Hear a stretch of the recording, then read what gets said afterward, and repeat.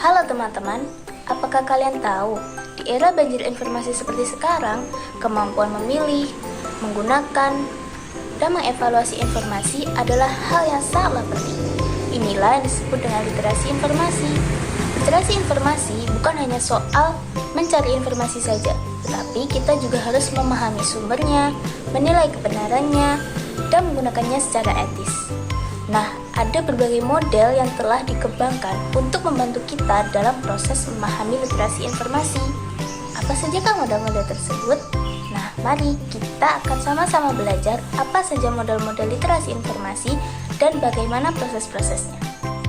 Nah, sebelum mengenal model-model literasi informasi, kita harus tahu nih, apa itu literasi informasi.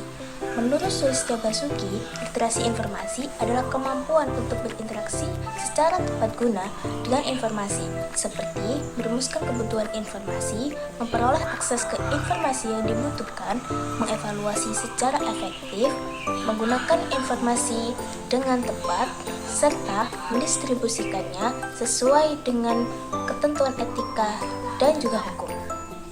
Nah, sebagai upaya untuk memahami dan mengembangkan kemampuan tersebut, berbagai model literasi informasi telah dikembangkan oleh para ahli. Model-model ini membantu kita untuk menggambarkan langkah-langkah sistematis dalam mengelola informasi secara efektif. Nah, mari kita kenal apa saja sih model-model dari literasi informasi tersebut. Nah, model literasi informasi yang pertama ada The Big Six. The Big Six dikembangkan oleh Michael B. Eisenberg dan juga Robert E. Berkowitz pada tahun 1988 yang diterbitkan dalam kurikulum Initiative and Agenda Strategy for Library Media Programs. Tujuan dari pengembangan model ini adalah untuk membantu siswa dalam memecahkan permasalahan dengan mencari informasi melalui pendekatan yang sistematis berdasarkan pemikiran kritis. Ada 6 kemampuan yang dibutuhkan dalam keberhasilan memecahkan permasalahan informasi dengan menggunakan model literasi ini, yaitu yang pertama ada text definition, yaitu menentukan masalah yang akan diselesaikan dan mengidentifikasi informasi yang dibutuhkan. Dan yang kedua ada information seeking strategies, yaitu menentukan sumber informasi yang potensial dan juga memilih sumber yang paling relevan. Dan yang ketiga ada location and access, yaitu mencari sumber dan informasi dan mengaksesnya baik secara fisik maupun digital. Dan yang keempat ada use of information, yaitu memahami dan mengumpulkan informasi yang relevan dari berbagai sumber. Dan yang kelima ada sintesis, yaitu mengorganisasikan informasi yang telah dikumpulkan dan menyajikannya dalam bentuk yang mudah dimengerti. Dan yang terakhir adalah evaluation, yaitu mengevaluasi informasi yang telah digunakan baik proses pengumpulan maupun hasil yang diperoleh. Nah, selanjutnya, model literasi yang kedua ada Empowering Aid. Empowering Aid adalah model literasi informasi yang dihasilkan dari dua lokakarya. Lokakarya yang pertama dilaksanakan di Colombo, Sri Lanka pada bulan November 2004 dengan nama Indian Library Association. Dan kedua di Patiala, India pada bulan November 2005 dengan nama International Workshop on Information Skill for Learning Empowering Aid. Lokakarya tersebut diikuti oleh 10 negara, yaitu Bangladesh, India, Indonesia, Maladewa, Nepal, Pakistan, Singapura, Sri Lanka, Thailand, dan juga Vietnam. Empowering Aid menggunakan pendekatan pemecahan masalah berupa research-based learning, yaitu kemampuan untuk belajar berdasarkan pada sumber datanya. Nah, model ini memiliki beberapa keterampilan, ada 8, yaitu yang pertama ada Identify. Identify itu mengidentifikasi kebutuhan informasi atau merumuskan masalah yang ingin diselesaikan. Yang kedua ada Explore. Explore itu menjelajah berbagai sumber untuk memahami topik dan juga memperluas wawasan awam. Yang ketiga ada Select, yaitu memilih sumber informasi yang paling relevan, terpercaya, dan juga sesuai dengan kebutuhan. Yang keempat ada Organize, yaitu mengatur informasi yang diperoleh agar mudah dipahami dan digunakan secara sistematis. Yang kelima ada Create, yaitu menghasilkan atau menyusun konten baru berdasarkan informasi yang telah dikumpulkan.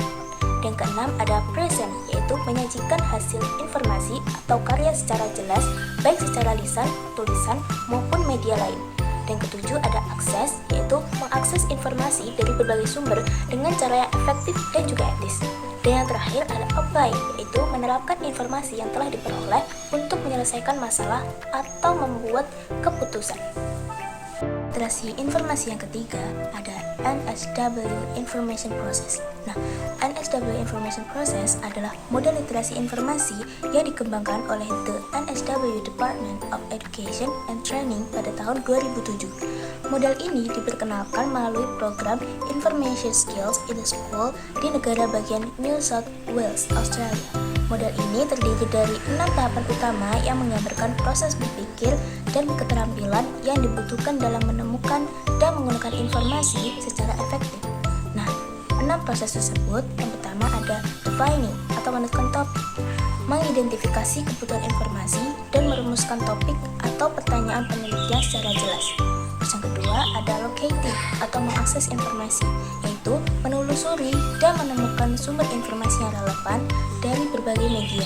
Dan yang ketiga ada selecting atau memilih informasi, yaitu menilai dan memilih informasi yang sesuai dengan kebutuhan dan juga tujuan. Dan keempat ada organizing atau mengolah informasi, yaitu mengelompokkan, menyusun atau mengintegrasikan informasi agar mudah dipahami dan digunakan.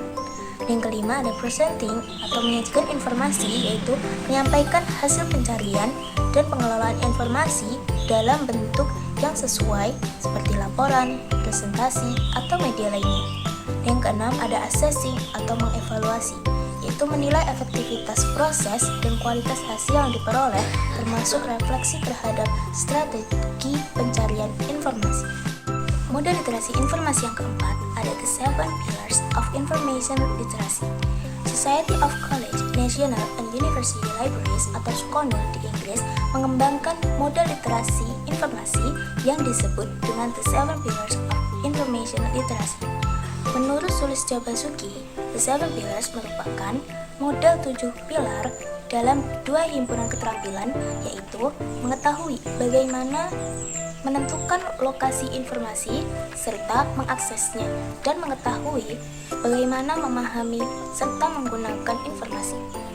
Ada 7 keterampilan, yaitu yang pertama ada recognize information need, yaitu mengenali kebutuhan akan informasi. Yang kedua ada distinguish ways of addressing gap, yaitu mengidentifikasi cara untuk mengisi kekurangan informasi. Selanjutnya ada construct strategies for locating, yaitu merancang strategi pencarian informasi. Ada locate and access, yaitu menemukan dan mengakses informasi yang relevan. Selanjutnya ada compare and evaluate, yaitu membandingkan dan mengevaluasi kualitas serta keakuratan informasi.